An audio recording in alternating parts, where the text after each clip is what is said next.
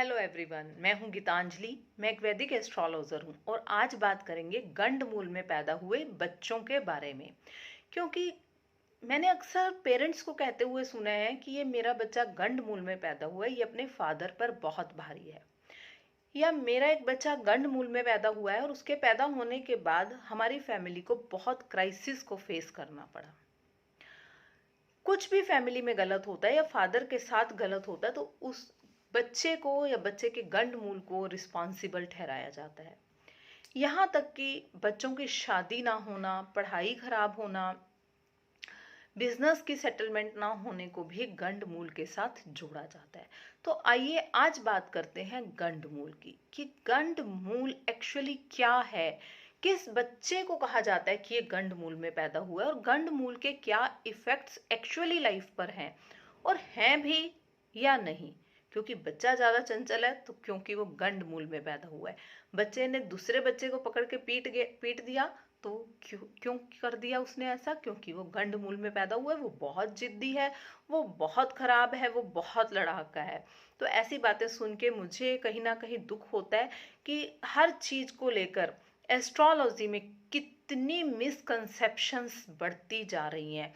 तो मेरा एक मोटिव है, मेरा एक चाहत है, मेरी एक कोशिश है कि इन मिसकंसेप्शंस से एस्ट्रोलॉजी को और अपने समाज को बाहर लेकर आऊं। तो मेरे इस जागरूकता अभियान में आप भी मेरा साथ दें। मेरी वीडियो को लाइक करें, शेयर करें, कमेंट करें, मेरे यूट्यूब चैनल को सब्सक्राइब करें, मेरे पेज को फॉलो करें, ताकि मैं आगे बढ़ सकूं। मैं अपनी बात, मेरी बात, मेरा जागरूकता अभियान हजारों, लाखों, करोड़ों लोगों तक पहुंच पाए।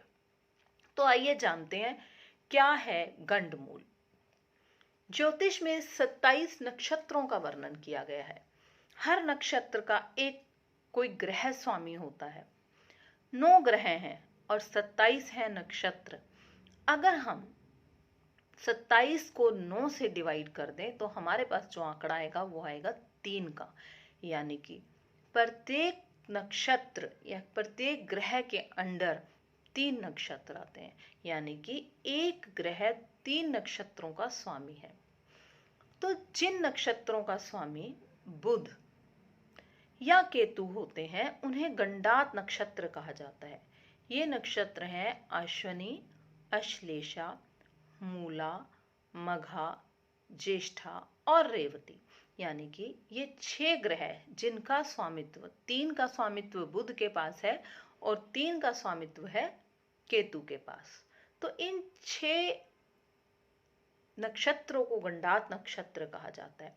अब ये जो गंडात है, गंडात नक्षत्र हैं, इन्हें मेडिकल एस्ट्रोलॉजी में एज अ टूल यूज किया जाता है। मेडिकल एस्ट्रोलॉजी एस्ट्रोलॉजी का एक वास्ट पार्ट है जिससे हमें पता चलता है कि किसी जातक को किस प्रकार की बीमारियां हो सकती हैं और किन किन दशाओं में कब उसकी लाइफ में इन प्रॉब्लम्स का, इन मेडिकल प्रॉब्लम्स का सामना उनको करना पड़ेगा। क्योंकि जो भी ग्रह इन गंडात नक्षत्रों में आ जाता है वो ग्रह अपने से रिलेटेड मेडिकल प्रॉब्लम्स जातक को जरूर देता है। जैसे सूर्य, अगर सूर्य गंडात होगा तो जातक को बैकबोन की प्रॉब्लम होगी, जातक को हार्ट प्रॉब्लम होगी, आईज की प्रॉब्लम होगी, सिर दर्द, माइग्रेन, ये प्रॉब्लम्स जातक को होंगी। वहीं पर अगर शनि गंडात है तो पैरालिसिस हो सकता है, नर्वस सिस्टम की प्रॉब्लम्स हो सकती है, नीज में प्रॉब्लम रहेगी, टांगों में दर्द रहेगी। तो इसी प्रकार 9 के 9 ग्रह जब भी गंडात होते हैं, यानी जो भी ग्रह गंडात होता है वह ग्रह अपने से रिलेटेड मेडिकल प्रॉब्लम अवश्य ही देता है। अगर चंद्रमा गंडात होता है तो बच्चे को गंड मूल में पैदा हुआ कहा जाता है। पर क्यों? जब कोई भी ग्रह गंडमूल में आने से प्रॉब्लम होती है तो सिर्फ चंद्रमा के गंडमूल में आने पर ही क्यों कहा जाता है कि बच्चा गंडमूल में पैदा हुआ है और गंडमूल की शांति करवा लो? उसका एक रीजन है।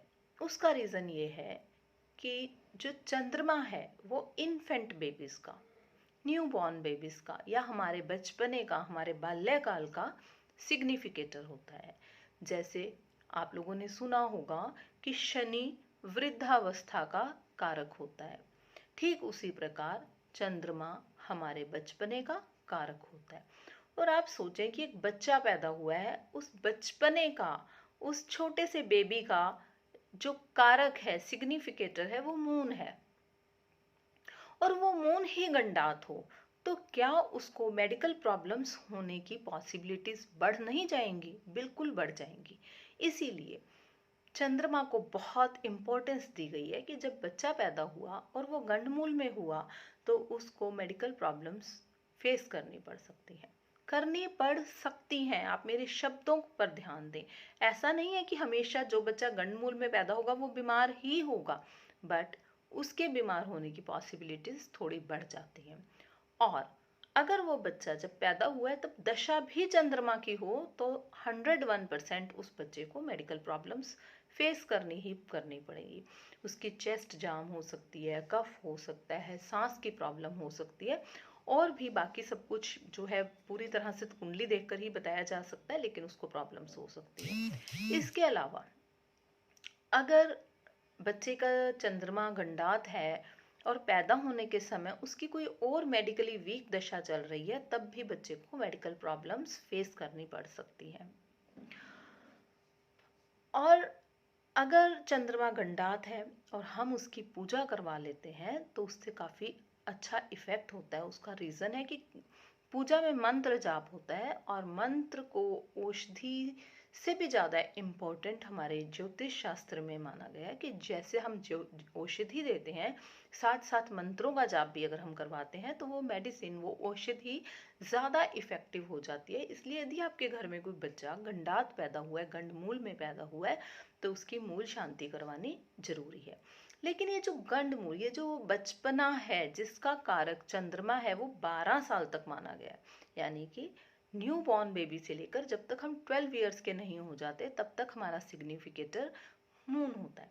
इसलिए उसका ज़्यादा इफेक्ट सिर्फ 12 साल तक ही रहता है। तो क्या 12 साल के बाद इसका इफेक्ट खत्म हो जाता है? नहीं, 12 साल के बाद कुछ इफेक्ट्स रह जाते हैं। जैसे चंद्रमा गंडात है तो वो हमेशा गंडात ही रहेगा, तो लाइफ में चंद्रमा से रिलेटेड मेडिकल प्रॉब्लम्स फेस करनी पड़ सकती है। तो इसलिए मूलों की शांति करवाना ज़रूरी है। उसके बाद आप चंद्रमा को स्ट्रॉन्ग करें। आप खुद गंडमूल में हैं तो अपने चंद्रमा को स्ट्रॉन्ग करने की कोशिश करें। बच्चा गंडमूल में पैदा हुआ है तो उसके चंद्रमा को स्ट्रॉन्ग करने की कोशिश करें। जैसे चांदी का कड़ा पहन सकते हैं, और दूध और पानी चांदी के ग्लास में पी सकते हैं। मून लाइट के नीचे थोड़ी देर सो सकते हैं, लेट सकते हैं। पूर्णमासी को स्पेशली आपको चंद्रमा के नीचे अपने टेरेस पे आप एक मैट बिछाकर उस पर लेट सकते हैं। आपका छोटा बच्चा है, गंडात पैदा हुआ है, गंडमूल में पैदा हुआ है, तो आप उसको गोदी में लेकर थोड़ी देर लेट सकते हैं, ताकि जो मून की रेज हैं वो हमारी बॉडी पर जाती हैं तो हमारा मून स्ट्रांग होता है।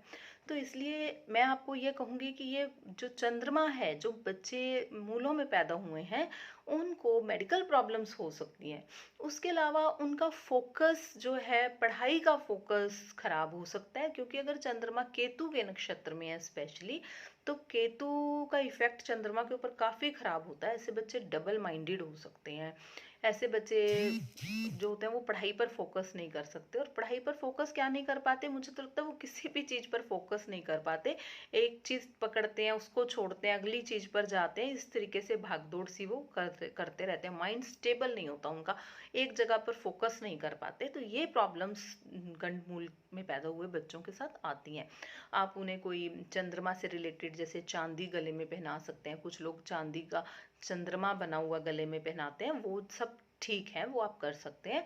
लेकिन गलत क्या है? गलत है कि शादी नहीं हो रही क्योंकि बच्चा गंडमूल में पैदा हुआ था, और गंडमूल में पैदा हुआ था, हमने मूलों की शांति नहीं करवाई, और अब शादी हो जाए इसलिए हम मूलों की शांति करवा रहे हैं। अब बिजनेस स्टेबल हो जाए इसलिए हम मूल शांति करवा रहे हैं। अब ये बच्चे का फॉरेन ट्रिप नहीं लग रहा, अब इसका फॉरेन ट्रिप लग जाए इसलिए हम मूलों की शांति करवा रहे हैं। It is wrong, this is wrong, ये गलत है, ये सरासर गलत है। गंड मूल का शादी से कोई लेना देना नहीं है, बिजनेस से कोई लेना देना नहीं है, और इन सब चीज़ों से गंड मूल का कोई लेना देना नहीं है। हाँ, मेडिकल प्रॉब्लम्स और फोकस बच्चे का ना होना, इसकी ये प्रॉब्लम गंडमूल से आ सकती है, आप उसकी रेमेडीज करें, उस काम के लिए आप अपना मूल शांति करवाएं। तो मेरी वीडियो पूरी देखने के लिए बहुत बहुत धन्यवाद।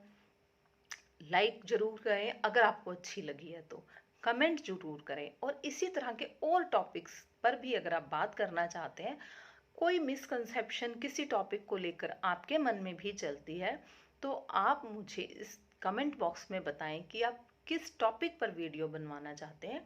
मैं कोशिश करूंगी कि आपको, आप जो आपके मन में कोई टॉपिक है जिसके बारे में आप जानना चाहते हैं, मैं वीडियो ज़रूर बनाने की कोशिश करूंगी। Thanks a lot.